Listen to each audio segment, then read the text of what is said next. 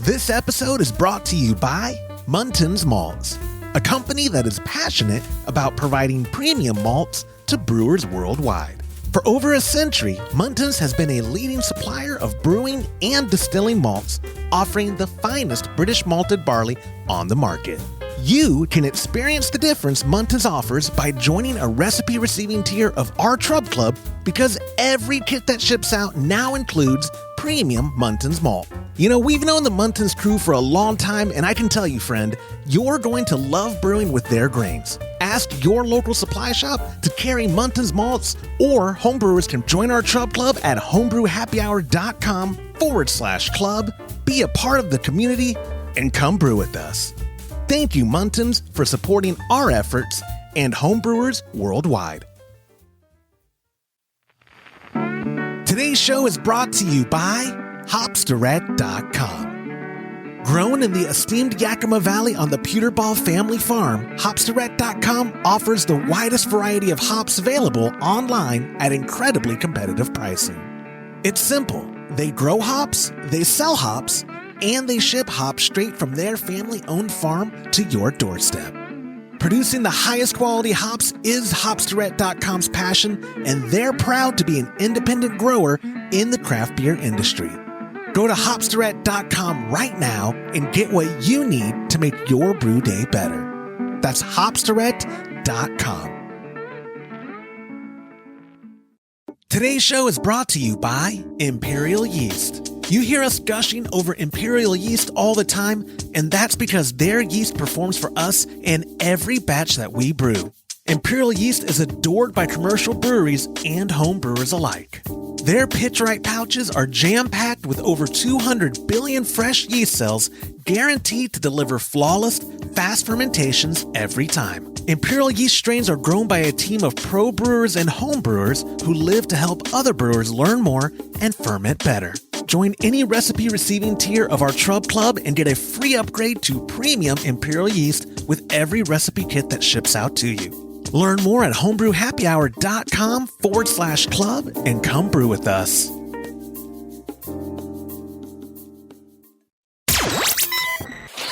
Entertaining shows with content that spreads information and sparks discourse throughout the community. This is the Pearl Media Network. Do CMB disconnects need washers? Taking apart faucets during cleaning?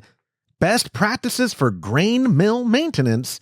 And our recap of HomebrewHQ at the Great American Beer Festival. This is Homebrew Happy Hour, episode 405.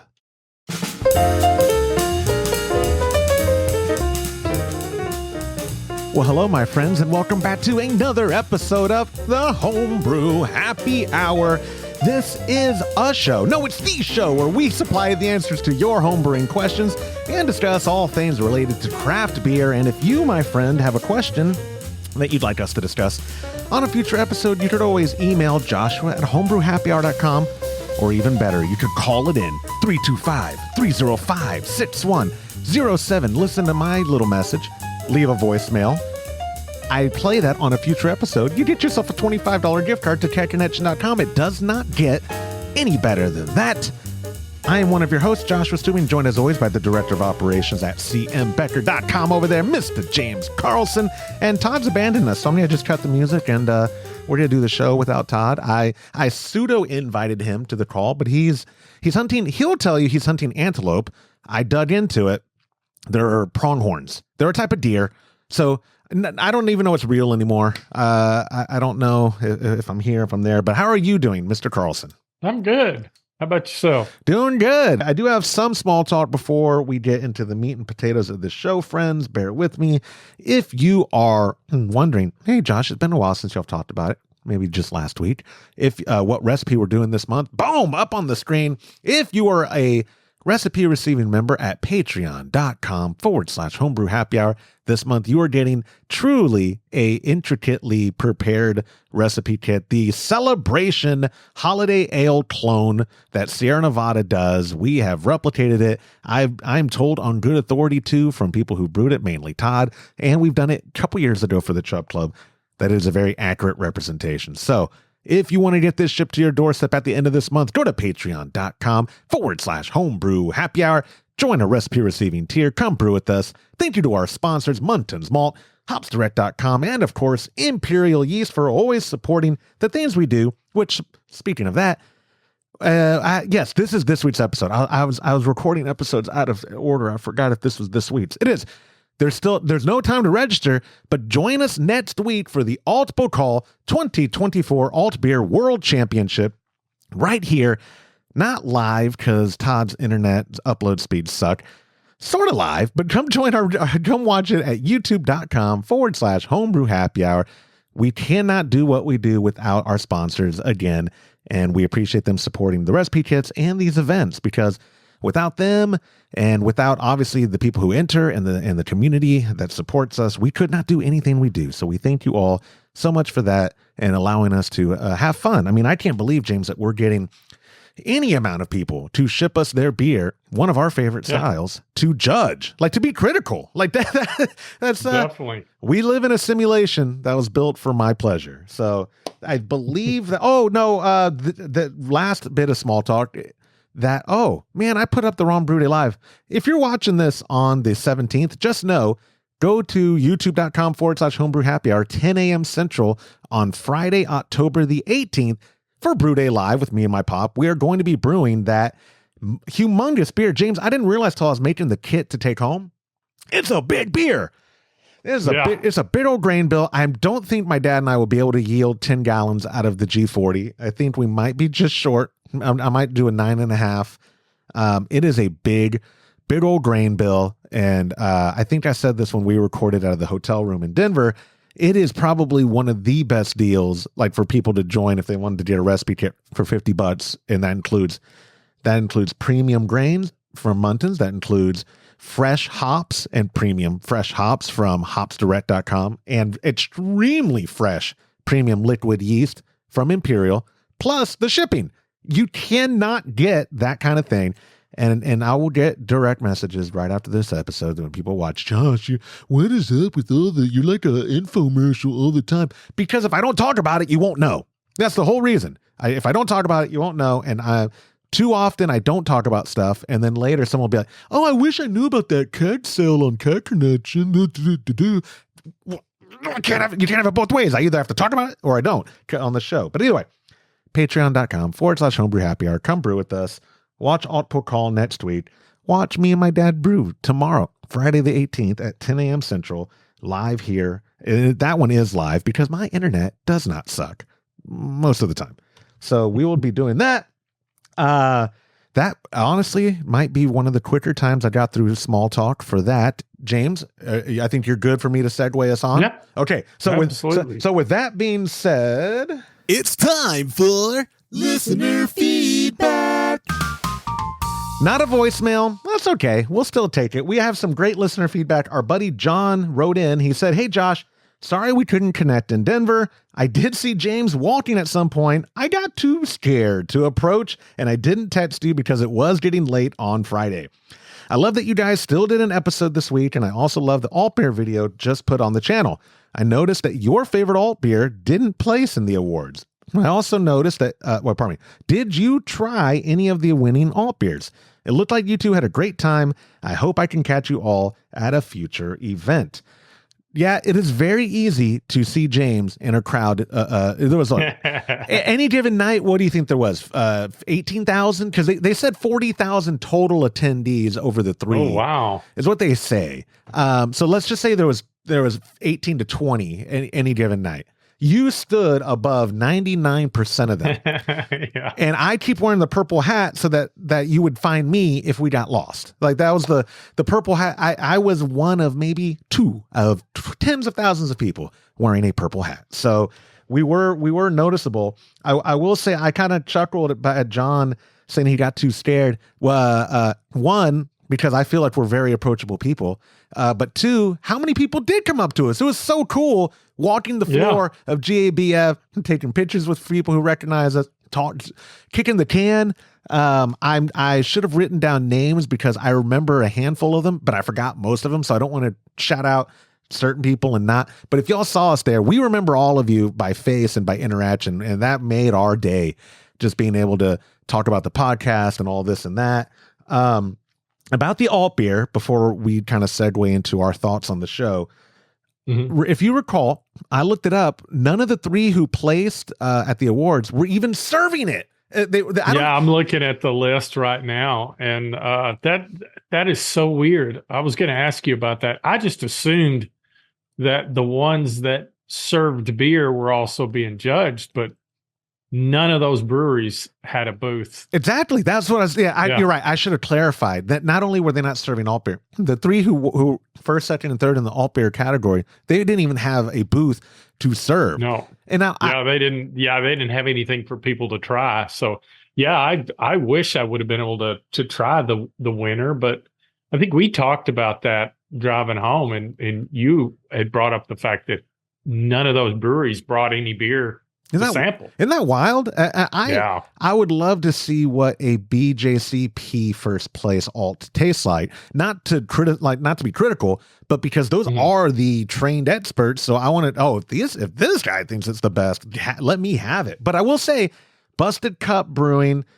I already forget where they're out of. Go watch the video, guys, at youtube.com/homebrew happy hour. We did a video. Yeah, they were in Iowa, weren't they? I think, but I don't remember. Burlington, Iowa. Okay. I'm cheating. I'm actually looking at it on the website. There we go. If I recall, it was Burlington. Yeah. They had what we consider the best alt beer on the show floor for all 3 days. To be fair, there were 6 that were supposed to be serving. Only 5 actually had alt. One of them... Hollow Winds or something like that. They didn't even bring the keg, or actually the runner said we couldn't find this keg. So somewhere it got mixed up. It was probably USPS that delivered it. I think that was the High Wind Brewing out of Kansas. High Wind. Thank you. I knew Wind or something. Winds of Change. High Wind. Something. They were in there. So, but the 5 that we did, like I said, guys, y'all can go watch the video. I'll paraphrase the video. I'm not going to go too deep. What we concluded, though, is that more breweries should be doing alt beer because of the hundreds there, only 5 had it. Where someone asked me after I published that video, why didn't y'all do a Kolsch one? We would have been crawling back to the hotel if we tried to. It was truly heartwarming that every booth had a Pils and or a Kolsch. Like damn near every booth had a Pils and or a Kolsch. It was incredible. Yeah, it really was. Really, really good Pilsners. And a lot of Matzens, if I said that right. That's right. Really good German, any kind of German beer you could think of, they had them there, and they were all really good. We're going to have to talk to our German professional about the American conflation, because most people would put Hellas or pardon me, like Fest beer or Matzen as their list. Yep. But others had Oktoberfest, and that's all it said. And did you notice some of them Oktoberfest were Matzens, Marzens, and some of them were Fest beers? Like I did. Even on the show floor, there was no consensus as to what Oktoberfest even means. Exactly. It was interesting. So I'm wondering if is a Fest beer always a Matzen, or is it? It's always a Hellas and Mats, like that. Oktoberfest is the umbrella, and underneath it is Fest beer and Marzen, and I can't tell it. Like I said, some breweries just said Oktoberfest. Oh, I'd like to try that, and it was light. Okay, and then some, it was dark. Okay, whatever. I'm not going to fight. Whatever. Y'all call it whatever. Yeah. Tomato. We call this the Alt Beer World Championships. I talked to Horst about it. He wasn't that happy that I was calling it that, but he didn't express it on air. I was happy about that. But anyways, our overall thoughts, let's get to that for Homebrew HQ and Great American Beer Festival. I want to start with some positives. Positive, Great American Beer Festival as a overall was a blast. Ton of good beer. A lot of fun. It wasn't unruly any of the nights we were there. I like that. No. It never got too crazy. And I complained to Sam Adams, and they let me try the Utopias. Oh, let's tell that story real quick, because that was very conniving. That was awesome. It was very conniving. And they gave me tasters before they were supposed to. If you remember, they had a certain time where they couldn't serve before then. And I went up to the booth and I said, I can't believe y'all are going to have Utopias. I think they said it was 8:30 or 8:45, 15 minutes till close, or 45 minutes till close. They were going to start serving it, and it was so beautiful because I knew what you were doing, and I knew you knew what you were doing. Yeah. We weren't even supposed to be getting served beer. We're there 15 minutes early. No one's supposed to be serving. We're walking by it, and James he stops and he goes, I can't believe you have Utopia on tap. I've been looking for that for 10 years and have never been able to try it. And you put it on thick. And they're like, I did. At first, remember that lady was like, oh, well, y'all, okay, well, we'll serve you this. And they gave you like the Boston Lager. What did you get a pour of? You got a pour of something. I think I got the Oktoberfest. Okay, you got a pour of something that they weren't supposed to pour either. And the lady kind of sheepishly at first said, okay, come back later. And then the guy said that. The original lady who turned it down, the idea of getting Utopia, then goes, she has a pitcher in her hand and she goes, hey, hurry up and drink that real quick. And you, one gulp. One thing and it was gone. But and she, to be fair, they don't pour very big glasses. An ounce. It was a 1 ounce. But then she poured. She gave me some, and let me tell you, that was some of the smoothest whiskey I've ever had. You let me take a sip because she did give you about 1.5 ounces pour of the Utopia. And it smelled. It was amazing. It was good for a huge beer. I mean, didn't you think it tasted like a whiskey? What scared me was it smelled so boozy. I was thinking, this is going to burn. Oh, you're like, take a sip. And I smelled it. I was like, no, I'm good. And then you go, no, really, do it. Okay. I tried it. It did not. The smell and the drinking experience could not have been more opposite because super smooth, very subtly sweet. It was a whiskey beer experience. What was it? 18%, 17%? It was up there. It's up there at 20. Okay, let's round up to 20. 20%. I don't know if we could have done much more than what they gave you for the whole night. But it was a good way to start off. That was Saturday. That was a good way to start it. So yeah, overall, the festival had a good time. You know, if I'm nitpicking, the themes were cool, but it made no sense. The old ways where they used to do it by a region, it probably makes more sense to go back doing it that way because you have to refer to a directory every time you wanted to find, oh, I wonder if this brewery is here or this, instead of going to like a regioned area that they used to do it forever ago. I haven't been since 2013, but I feel like that's how they used to do it. Homebrew HQ, I'm challenged myself to complain with the most nice ways possible because I want to be supportive of the AHA. Lord knows Todd is supportive of them. Like literally, financially, we've given them a lot of money, but like as sponsors and whatnot.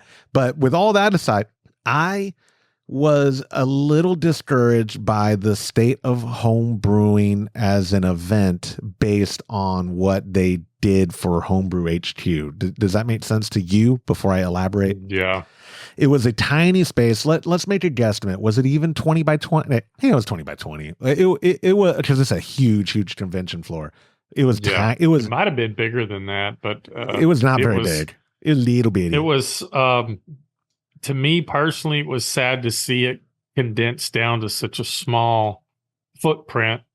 Whereas, you know, some of the most fun times we've had have been at HomebrewCon of my life. Absolutely. Night, and it, you know, they get vendors and there's lots to see, and for everything to just condense into just another booth.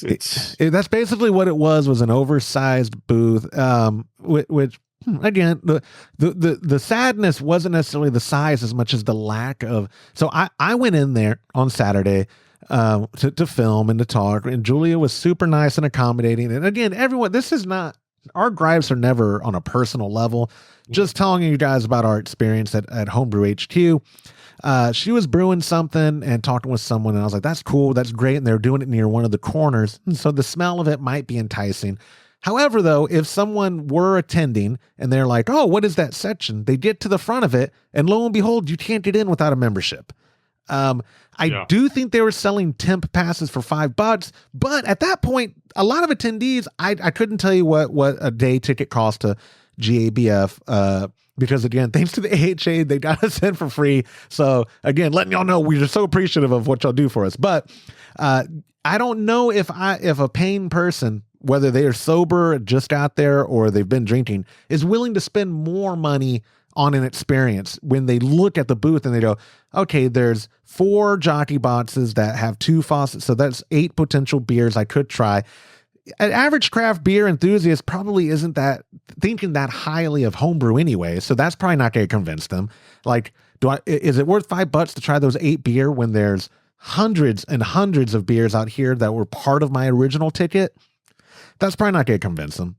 There was, I forget the 2 vendors. I know for sure Amaretti was one of them, and which is funny because Amaretti's everywhere at those shows. Remember, like they don't miss a show. They're good. I tried to get a sample to make it feel like I was at HomebrewCon because they always threw the samples in our swag bags of Amaretti. Never used it in my life because I've never used any of those like puree or flavorings, but they were there. Maybe the other one was BSG, and I only say that because our buddy Matt Bowling was there, so that he may have been there in that booth. But he did bring that Grainfather, so I assume that's why he was there. Besides that, dude, that was it. That was it. Yeah. And then they had a big, almost half the size of maybe the show floor of their Homebrew HQ that was set up for membership information, but it was empty the whole time. There weren't people going up to that big inflated pint of beer asking questions, or I can't imagine they signed many people up to be members. And I don't know, the overall, like I said, it was sad because, like you said, over the last 15-ish years of going to homebrew cons, this is where it's at. And it's just like, what does Andy say in one of those episodes of The Office? Like, are you ever capable of realizing when you're in the good times before they've gone? You know what I mean? Like if I could take us back to like Portland at HomebrewCon, or honestly, any of them before COVID. Any of them, yeah. Any of them before COVID were just phenomenal and so much fun. And that was the thing we looked forward to. And would you agree with me that based on this year's showing, they're not going to have a HomebrewCon ever again? Like as a separate event. Yeah, as a separate event, I don't see that. Which again, to throw them a bone, if it's not making money, I wouldn't expect them to just dump it into a money pit. They still have a business to run. Yep. So if the interest is not there, then that's what I think it is. That's what's sad. There we go. That's the best way to bring it home, because my disappointment's not in the AHA as much as it's in the lack of interest in the hobby. It seems as though homebrewing is stagnant at best, declining at worst. And certainly people might not just have the disposable income to fly across the country for these kinds of things. I certainly don't think more than a dozen total people went to Denver that weekend, paying on their own dime for everything, specifically just for Homebrew HQ. You know what I mean? Like, there just wasn't that much. The award ceremony, I don't know if you ended up watching them, James, on the phone, rushed through them. The whole thing, like I said, it was just upsetting. It was upset, like, oh man, because I feel like we get fired up about brewing, and we get so many emails and voicemails and feedback on the show that's like, our community is incredible, but it turns out the overall hobby of homebrewing might not be growing. I'll make a prediction. I suspect there will be more regional beer festivals for homebrewers that pop up over the next few years, as opposed to one collective homebrew con going forward. May not be funded by the AHA as much as there will be more homebrew festival in different areas that people will go to. Todd has gotten a lot of feedback from people when he joked about the Comanche one. Like, a lot of Texas people were like, let us know the weekend. We'll camp there. We'll be there. And obviously we're not going to throw one, but if someone were to take the reins, the ropes, whatever the saying is, y'all might, let us know. We'd love to help promote that if y'all have regional homebrew festivals and all that. And if you have thoughts on Homebrew HQ, if you were there and didn't come find us, first off, rude. But secondly, if you have thoughts about Homebrew HQ at GABF, leave them in the comments below if you're watching at youtube.com/Homebrew Happy Hour. Or, of course, call in your feedback. And if it's good, I'll play it on a future episode. Get yourself a $25 gift card to kegconnection.com. That was a lot of talking. I'm going to go ahead and hit the gong of questions, because we do have a jam-packed show. 3 questions coming up. Our first one, it's a voicemail from our buddy Fred, who we lovingly call and know on Instagram as Blind Brew Guy. Hey guys, this is Fred. I I was just doing my biannual beer line cleaning, and yes, I said biannual. And I had a question for you guys.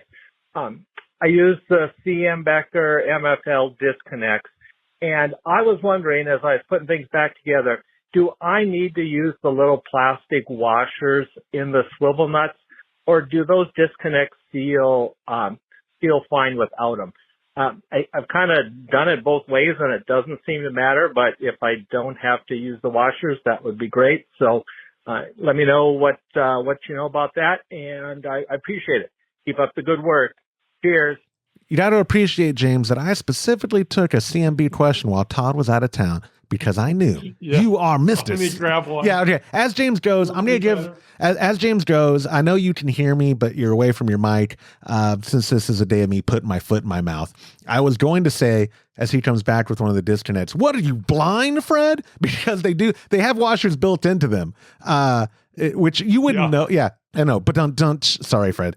At your expense. But so if you notice there's a little black piece on the very end, that's basically injection molded built-in sealing washer. So don't use an extra washer. You may not have enough threads for the nut to grab onto.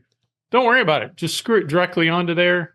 That will seal it every time. That's what I love about these. That's what most people, if you're seeing reviews. So there was a lull, and we're, the industry is still in a lull, but there was a time China has been flooding the market, and, people, I understand the economy's whack. They want to save some money. But if you look at reviews of our products, either on Reddit or on our website or whatever, the same old story, James, where I tried to save some money at first. They lasted for maybe a year. Then they started leaking all those Chinese disconnects or whatever. And so I went with the CMB, and then people will comment below go with from the beginning because of stuff like the built-in seal, the built-in washer, the durability, the German ingenuity. They are worth their money, and they're not that much more. Chinese products have gone up too, but the quality has not. So I'll get that out of the way. But I just want to show you this real quick, guys. This is how simple it is to take apart the disconnect. We call this the lid, and it's just a flathead. You can use a butter knife if you don't have a flathead screwdriver. You take that all apart. This is the stem. This seals the inside cavity. So see that little rubber O-ring that goes in first down. Then you have the stem spring, and that goes right in top, and you can see the stem and the springs around the stem. Then you have a black O-ring that just goes in top. Make sure it's seated. It's got a little ledge inside there to seat it. And then you just want to make sure that little hole in the lid will go inside the spring and connect with the stem. And then you tighten it up. That's it. That's all you have to do to clean it. So if you got hop tube or whatever in there, they're easy to take apart. Just don't forget the rubber seal for the lid. That's it. I was gonna ask if there's not a blatant reason to take it apart. Is it feasible to not ever have to disassemble, or do you recommend probably once a year do a deep cleaning of those things? The only thing is if you do a lot of dry hopping, there is a chance that you can get particulates. They'll accumulate inside that spring, and then you'll need to take it apart and flush them and clean them real good. But you can CIP them too, for the most part. But every now and then it wouldn't hurt to pop them open and look, just in case if you do any all-in-one where you're brewing, fermenting, and serving out of the same keg, you will definitely want to have to take them apart and clean them because they're going to get some particulates in it, and that can impede the flow. Yeah, that's a good point. And we do put it in the literature, I believe, about the seal, but Todd's always told me, correct me if I'm wrong, or let's throw him under the bus. He's not here. The washer is only needed for metal on metal. Like that plastic in the swivel nut for those threaded ones, it's built in, and that's why you don't need it as well there. But you would need one. Pardon me. Is there ever a scenario where you need a washer on a CMB disconnect? Threaded? Never. Okay. Never. That's what this is for. That little black piece on the very end, and I don't know if you can see it, but that is injected molded in the body. So that's the same material as the sealing washer, but it's built in. So you never, ever, ever put a sealing washer on a CM Becker disconnect with a swivel nut and stem. I'm assuming that's patented because why else wouldn't other manufacturers be doing that? That seems like the smarter thing to do, in my opinion. Yeah. I haven't seen a disconnect yet that wasn't built the same way. So, yeah. So who knows? Well, that's not a challenge. Other manufacturers to start doing it. They're probably trying to save a buck, to be honest. All the ones that we get samples from China all the time, and we'll bring them in, and they literally are carbon copies of ours. But we have better, our tolerances are tighter, which means they're going to fit on the post better. But also we have a proprietary plastic mix that will handle a lot more heat than a Chinese. And I'll tell you this, I probably mentioned it before. Some of the people who listen to the podcast know what I'm about to say, but there was a company called Pico Brew, and they did a Zematic all-in-one brewing machine. And what you did was you filled a keg up, a corny keg, and then you attached, you had a cartridge that had the ingredients in it. And then you just turn it on, and it would literally circulate boiling wort through the keg and through the disconnects. Well, they were buying a lot of these disconnects, and we had, do you remember that night? I can't remember where we were at. Was it Portland? It was Portland. Yeah, they had the big old trailer. We were talking to one of the guys at Pico Brew, and I asked him just off the cuff, hey, why have everybody else seems to have gone to Chinese-made disconnects? Why have you not? And he let it out that they actually tried that. The disconnects were melting off the tank posts. They couldn't handle the heat. And ours is, they've been after this formula forever. Yeah, I was going to say, and on the opposite end, that is also why that restaurant that my wife won't let me go to, even though, honey, it's for work. No, Twin Peaks, the chain on the opposite end uses is it the X1s or the X2s? I actually forget. X1s. They use the X1s because of the toleration. I don't know what that word would be. It can tolerate the extreme cold, and they needed a faucet because their whole shtick, for better or for worse, is we serve beer colder than frozen. Like it's 28 degrees or whatever their shtick is. It's literally coming off the tap at 28 degrees. Yeah.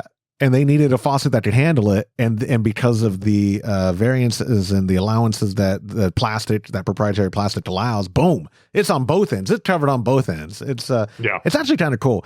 And I've actually never stepped foot in a Twin Peaks, not just because I'm married and all that. I've heard they have terrible food, but I'm sure they're great restaurants. I'm sure they're great. Good cold beer, nothing like a frozen beer. Wrapping up Fred's question, you don't need to use one. Save the effort. And if you was using one, was that just luck that it was threading? Because I've seen my system leak before. I don't see how you could even thread it on without, either possibly stripping the nut or the threads on the disconnect. There's just not enough room to stack another washer on top. Yeah, I was to say when I have washers on lines, because I will take apart like a gas assembly from the regulator and from the disconnect. And sometimes those washers stay in there. And so if I don't look before I rescrew them, because if I mix the line side around, I might get the regulator side, because the regulator side needs it. None of the regulators have that built in, and it's metal on metal. You need that to seal it. So I'll have to always look to be like, is there a washer there? Okay, no, that goes on the disconnect side. And the other one, there's the washer. Okay, that goes on the regulator side. But anyway, Fred, thank you so much for calling in and leaving a voicemail. Reminder, guys, if you also call in to 325-305-6107, and I use your voicemail on a future episode, which I probably will, you get yourself a $25 gift card to kegconnection.com. Alternatively, you can email Joshua at Homebrew Happy Hour, or you can text that same hotline and get yourself a $15 gift card, which I think is pretty stinking good. Like our buddy Aaron did, he texted in the gong of questions, and he wrote me, just watch Todd's video on the X1. He took apart the faucet, but he didn't show how to put it back together. Is taking it apart necessary every time I clean it? I should have had you grab an X1 while you're out there. We don't have to do a visual, because Todd, it is, you can reverse engineer it. It is such a straightforward faucet. For as much as it can do with the creamer and the flow control, it's still simply straightforward. But it's a good question, James. Regardless of what faucet you're using, are you always taking them apart when you're doing a cleaning, or are those stains that don't, again, once a year, do a deep clean, the rest of the time just run solution through it while it's still on?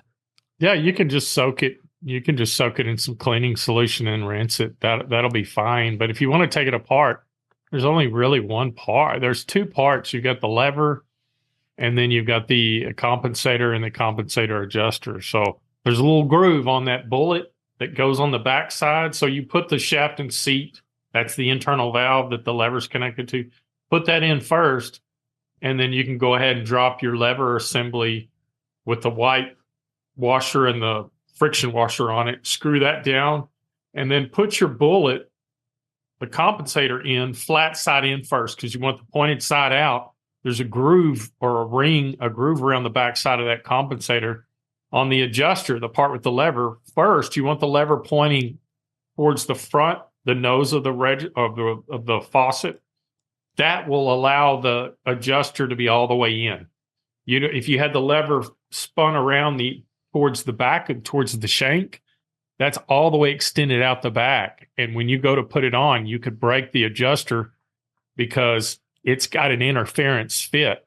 So when you have the lever pointing towards the front, the nose of the faucet, that means the compensator's all fully inside the body of the faucet. So that means you can attach it to the shank, and you don't have to worry about there being an interference that could cause that adjuster pin to break. So just make sure your adjuster is all the way inside, and the way you can tell that is the lever is pointed towards the front of the faucet. And then you just line the groove up with the pin on the adjuster, tighten it up, attach it to the shank, you're done. I don't know if this is going to gross people out or give them reassurance, but how often are commercial operations, brewery, tap rooms, bars, taking apart faucets and cleaning? Almost never, right? Probably not. Yeah. A lot of them do clean in place. So they'll actually physically run their solution through the faucet head. And that's some other places, they take them all out and they put jumpers on all the shanks, and they'll do just one continuous run. I've seen it done both ways. You are right. They probably do not take those faucets apart like they should. Right. Yeah. We get some in we've been doing upgrades from the plastic to the stainless steel for the company that provides the systems for Twin Peaks. And some of those faucets, you can tell they have been taken apart in a long time. I bet. Yeah. Well, but and again, rule of thumb though, I mean, if you're continuously using the thing on the same beer, like I don't think every cleaning, Aaron, you're going to need to take that faucet apart. Like now, definitely taking it off and soaking it in a solution of brew clean. Absolutely. If you don't, you'll start wondering, why is it sticking? Why is the lever sticking, or why this or that? But the taking it apart might be more of an annual maintenance thing, or as needed if you are noticing like heavy sticking and stuff like that. But and I say that my pop, thankfully I can say, we do all this. No, we don't. My dad does everything because all the servings over there. We brew here, we serve at his place. It's a beautiful symbiotic kind of relationship. But he does the cleaning and he just soaks it, even when we have like hard sticking. And that's 9 out of 10 times, boom, that's what resolves it. Brew clean is a wonder. I was gonna say wonder drug. It is not a wonder product. It really does a lot in as hot a water as you can get out of your water heater in a bowl, and you're putting all the components in there. Oh man, it really does wonders. And it actually really works best on kegs. Like if you have beer stone in a keg or something. We did actually just publish a video too of Todd cleaning kegs. It was a nasty keg that he cleaned that night, and that brew clean got everything out. It was actually kind of disgusting filming it whenever he was first doing it. I did not enjoy that part because I was too close with this camera. But anyways, Aaron, no, to wrap up your question. Well, first off, criticism on Todd for not showing how to put it back together. He's going to make a video on his phone and I'm going to text it to you. That's how dedicated we are to the fans. But the second part, taking it apart every time is not necessary. But it's super easy to put back together if you do, like James described earlier. it is a pretty straightforward process. So Aaron, it's easy. It's very easy. Thank you so much for submitting your question. We do have a third question before we get to a final reminder. If you want to get yourself a $25 gift card to catconnection.com, call in a question to 325-305-6107. Like our third and our final question of the show. It's a voicemail from our buddy Zach from Michigan. Hey, Todd, Josh, and James. Got a question on cleanliness. So, Josh, you might need to sit this one out here. But every time I've gone to mill my grains after I'm done, I've always had the same question. Is there something I should be doing to clean out my grain mill after each batch or routinely after so many batches? I try to give it a good smack a few times to make sure all the dust is gotten out. But should I be doing something more in-depth, maybe with a toothbrush or wash it down? Wondering what your thoughts are on that. This is Zach from Michigan, by the way. Thanks for the good info that you guys supply for us. Appreciate the Lord's work that you are doing for us all. Don't work too hard, guys. Yeah, he realized he had to come back full circle. He threw me under the bus, and then, but all the good work you do. And so we might be the worst people to ask about this, unless one of you two are up there doing maintenance. I've never. Here's what I have done. I've shaken it to get residual grains that didn't go through out of it. We use that Blickman millinator. I don't know. That sounds like a product they'd name it. I have no idea what they call their commercial mill, but I can give my 2 thumbs of approval for Blickman products in general. They over-engineer everything. They're incredible. They don't sponsor the show. That's a free one, John. He's retired. I don't know who took over. Doug? No, Doug retired too. Tom? Is Tom still there? Either way, it's a free one for y'all. You're welcome. That grain mill is phenomenal. All their stuff's phenomenal. What would you suggest? Because I mean, grain's not going to get mold. Like I can't fathom overthinking it unless it was clogged or there was something like. Do you need to oil the teeth? No. I mean, I don't know what to do. I'm trying to think of maintenance. Really, the only thing that you can do is if you have compressed air, you can blow the dust off of it. Maybe go to the hardware store and get a paintbrush. Just kind of light bristle brush, and because you don't get it wet, mainly because it's got that beaver. I call it beaver wood. It's particle board base. Most of those have a particle board base. They're like a sponge with water. They'll soak up water and puff up and just fall to pieces. So really, you just need to blow it off if you've got an air compressor, or you could go to a Home Depot and get the canned air and a little cheap paintbrush and just brush it and blow it off with canned air.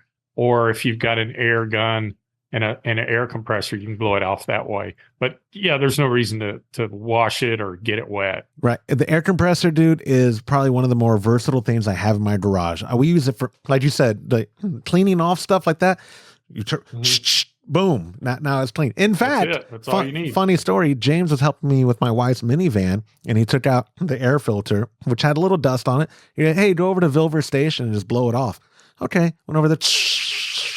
I got her oil change at a local place because they do this it's funny. They do this ladies' night thing. And of course I rolled up, but my wife had booked the thing. So what are you going to do? Tell me in 2024, I'm not Christy? You didn't tell me that?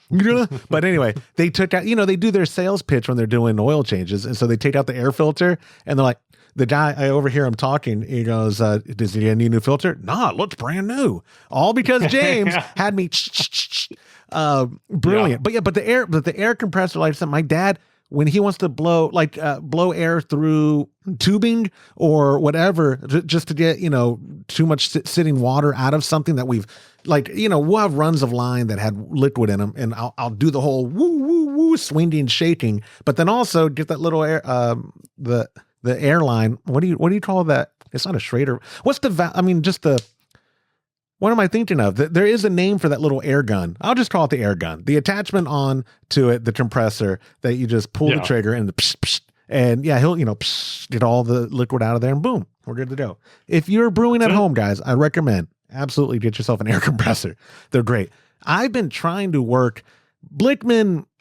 They didn't reply to my calls for another. I won't lie. Sometimes I try to leverage the show for my own personal gain, and I wanted a mill because I thought, hey, wouldn't it be nice to bulk store grain and mill right on the spot as opposed to sometimes a week or two in advance before our brew day? Yes, Josh, it would be good. So I've been talking to mill companies, and none of them want to sponsor the show in exchange for none of them do. And Blickman didn't even reply to me. It's a travesty. With John gone, I've lost all respect. For them. They've lost all respect for me, is what I meant.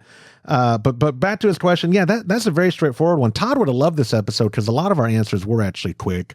Like, yes, do this. No, don't do that. And with the grain mill, you don't got to overthink it. The blowing air might be the simplest solution just to make sure residual grains aren't in there. But James, worst case, if some grains from your last batch get in your new one, you're probably not going to know. No, you won't. Yeah. I'm going to take a picture. I'm coming up. Well, we're doing alt poke call next week. I'm going to try to get as much as I can for the Trub Club recipes. Then I might just do a day trip to pack them all that following Monday. I'll take a picture of the grain mill so people can see like the state of it, because it is what we do. We've never had a complaint. It's not unhygienic. It's the same. It's just grains going through there, but we don't overthink it. It's just dusty. It's flour. Yep. It's just flour. Yep. But Zach, thank you so much for submitting that question. Mr. Carlson, that's all I've got for this week. I appreciate your thoughts on everything and helping me get this episode out. Next week is a special episode, so we won't be recording one. We're going to be doing Alt Po Call on Friday, the 20, whatever that is. So tune in, guys, at YouTube.com. 25th. Friday the 25th is going to be the official date. I know on the thing I put the 24th. We have less than 20 now of people who've confirmed that they get it in. At first, I was like, oh man, we started at such a high number. I get it. Alt beer. You talk to breweries there, and we've talked to Horst before. It is such a finicky style. I understand people's hesitation to want to brew it. I get it. Or if they brewed it, their hesitation to want to send it if they don't think it's perfect. Whatever. So we are going to knock it out on Friday the 25th. All you guys, you're going to have a good time. Watch it at youtube.com/Homebrew Happy Hour. And Mr. Carlson, I will see you then, my friend. See ya. And that will do it for this episode of the Homebrew Happy Hour. If you have a question you'd like us to discuss on a future episode, you could email joshua@homebrewhappyhour.com. You could go to homebrewhappyhour.com and click on that submit a question link at the top of the page. Or even better, what you're going to do is call it in and leave a voicemail to 325-305-6107. Thank you to our show sponsors like Munton's Malt, premium grains for a better brew day. If you aren't already brewing with Munton's, give them a try by joining our Trub Club at a recipe receiving level. For the best hops available online, give our friends at hopsdirect.com a visit and pick up what you need for your next brew day. Also, get a pack of premium Imperial yeast along with delicious recipes from us when you join the Trub Club. Again, I implore you, friend, go to patreon.com/Homebrew Happy Hour and come brew with us. On behalf of the absent Todd Burns, the handsome James Carlson, and the Pearl Media Network, I am Joshua Stubing. Thanks for listening.